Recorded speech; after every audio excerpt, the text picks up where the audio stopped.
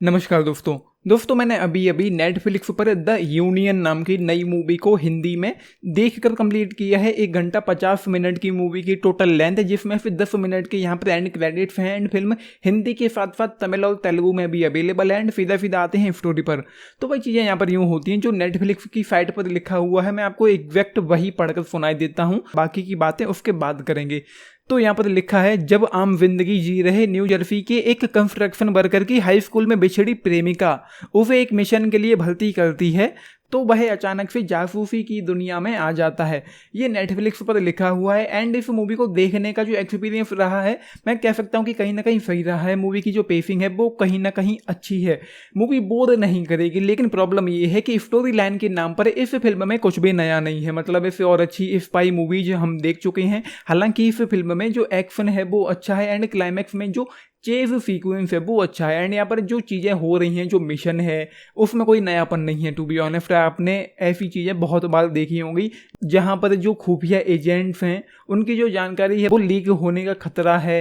And then जो यहाँ पर जासूस हैं उन्हीं पर गद्दार होने का इल्ज़ाम लगता है। फिर वो खुद को उन चीज़ों से क्लियर करते हैं एंड जो मिशन है उसको पूरा करने में लगे रहते हैं। एंड ब्ला ब्ला ब्ला वो चीज़ें आपको यहाँ पर देखने को मिलेंगी इस मूवी में। एंड टू बी ऑनेस्ट भाई, मूवी में शुरुआत में जब उसको रिक्रूट किया जाता है या उसको द यूनियन जो एक स्पाई एजेंसी है, जब उस कैरेक्टर को मार्क वेलबर्ग के कैरेक्टर को जब उसमें रिक्रूट किया जाता है या उसमें जब उसको लेकर आते हैं तो वहाँ पर ट्रेनिंग होती है उसकी 2 सप्ताह के लिए।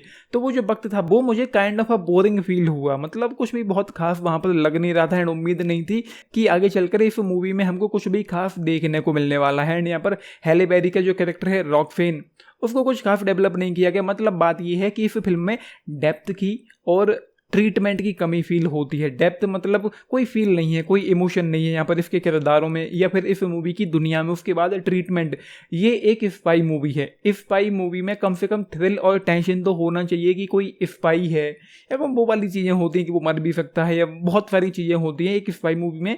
एंड ट्रीटमेंट के नाम पर यहाँ पर टू बी ऑनेस्ट कुछ भी नहीं है। ना इंटेंसिटी है, ना कोई थ्रिल है, ना कोई टेंशन है, ना कोई अच्छा मिशन है जिसमें कुछ नयापन हो, जिसमें कोई अच्छी बात हो, जिसमें कुछ अलग करने की कोशिश करी गई हो। बहुत बार हमने ये चीज़ें देखी हुई हैं। एंड फिर हमने मिशन इम्पॉसिबल तो खैर देखी है, तो उसके आसपास ये मूवी स्टैंड ही नहीं कर पाती है। तो ये हमको क्या है, ये कोई अच्छा एक्सपीरियंस दे सकती है। ओवरऑल एक वन टाइम वॉच मुझे मूवी लगी है।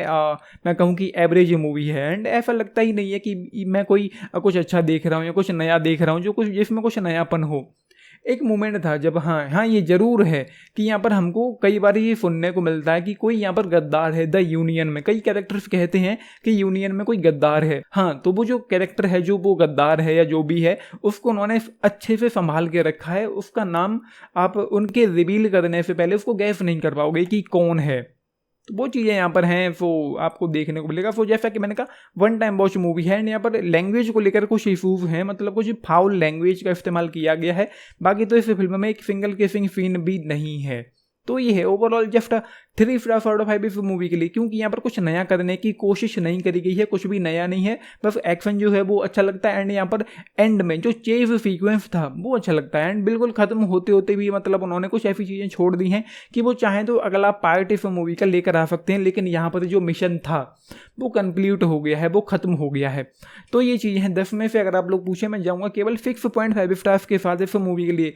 बोर नहीं करेगी, स्पेशली सेकेंड हाफ में आकर जब वो रिक्रूट हो जाता, उसकी ट्रेनिंग वगैरह हो जाती है, उसके बाद तो बोर नहीं करेगी। शुरुआत में जो वो मिशन चल रहा था इटली में, वो कुछ अच्छा सा था। तो मूवी की शुरुआत भी अच्छा था, एंड भी कहीं ना कहीं सही था।